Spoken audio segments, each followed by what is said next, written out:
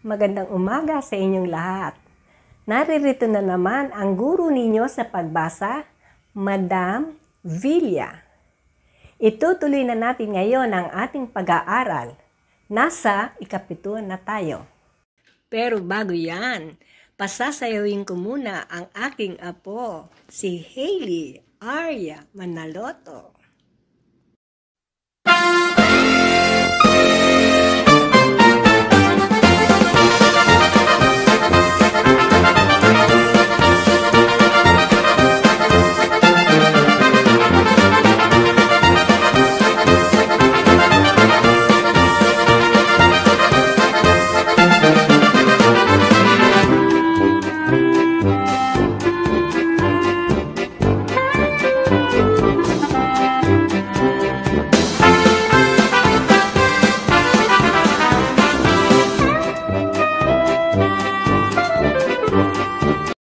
Thank you, Hailey Arya Manaloto. Ang galing talagang sumayaw ng apo ko. Parang lalo akong sumisigla sa pagtuturo sa inyo. Sige, simulan na natin. Umpisa na tayo. Natatandaan niyo pa ba yung mga natapos nating aralin? Si A, si E, at si I. A, E, I. Ang natapos natin kahapon ay titik, I, matigas. I. May malaking titik siya. Ito, si I.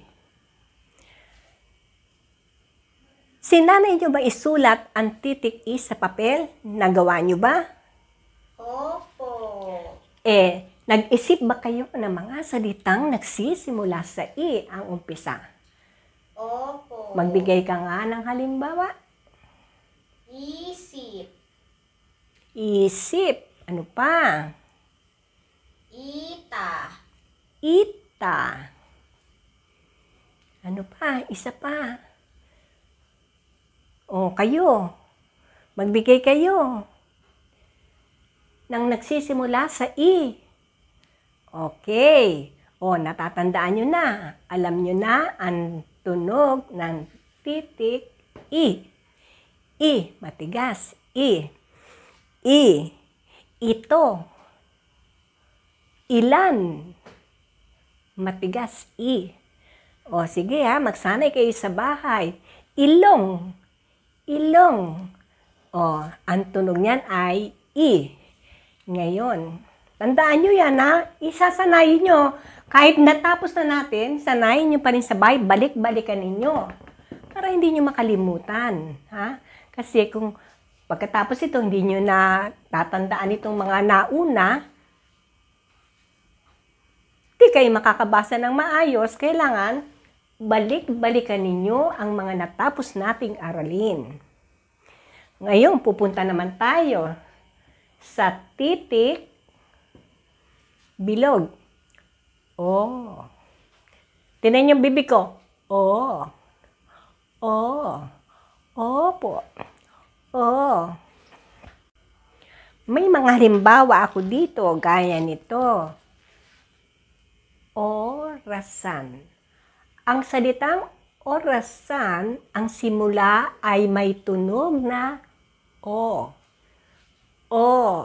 Tingnan yung bibig ko, bilog. Parang opo. Orasan. Ito sa titik O. Tandaan nyo, bilog lang.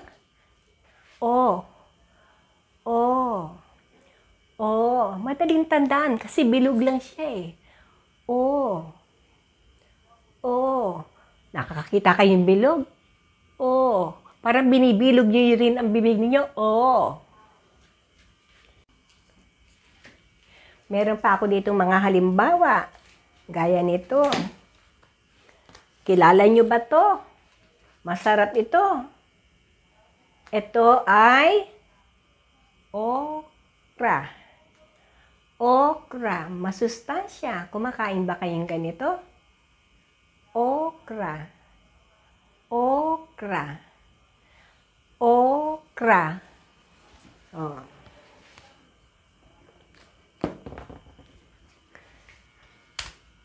Eto, nakakita na ba kayong ganitong sasakyan? Ito ay auto. Auto. Auto. O. O. Auto.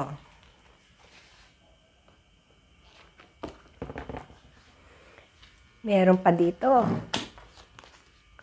Ano ito? Ano ito? Ito ay oso. Oso. Ano ang tunog yun? O. O. Oso. Oso. Oh. Yan. Matatandaan nyo na ba yan? Yang bilog na yan, yan ay ang tunog ay O. Kung makikita natin yan, ang basa natin dyan ay O. O. O. O. O. O magbigay nga kayo, mag-isip nga kayo kung anong halimbawa ang maibibigay ninyo sa titik O. Magbigay ka nga. O, magbigay kayo. Isip. O. O. Opo. O, nakita nyo na ang aking mga halimbawa. Orasan. Okra. Oto. Oso. O kayo naman, mag-isip kayo. Anong halimbawa ang maibibigay nyo? Isip. Isip. Magbigay ka nga. Obispo. Obispo. Ano pa? Oras. Oras. Ano pa? Opo. Opo. O kayo naman, magbigay kayo. Ano pang mga halimbawa? Mag-isip kayo. O sige, ngayon, mag-iisip kayo sa bahay ng mga salitang nagsisimula sa O ang tunog. Ngayon, sa dalawang papel uli, harap at likod, magsusulat kayo ng titik O. O, pinagsanay ko na kayo sa pagsulat niya doon sa ikatlong aralin natin. Sa pagsasanay sa pagsulat, hindi ba? O.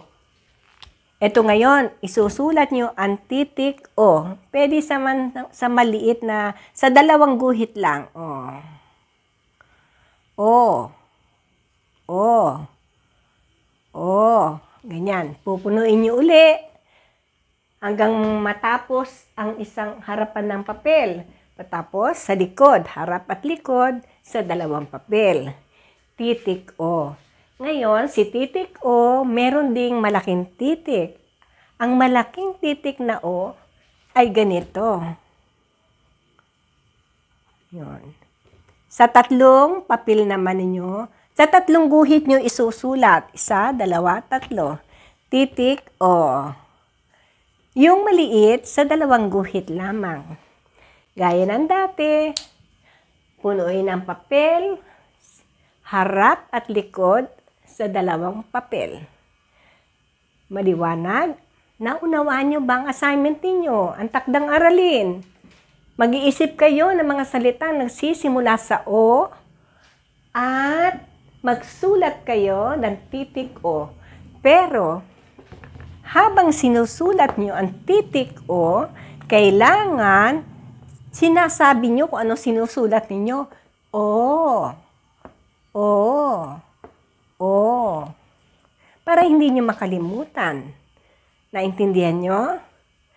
O sige, yan ang mga gagawin ninyo. Pag may time kayo at sinisipag kayo, kahit hindi lang dalawang papel, dagdagan ninyo para masanay mabuti ang inyong mga kamay sa pagsulat.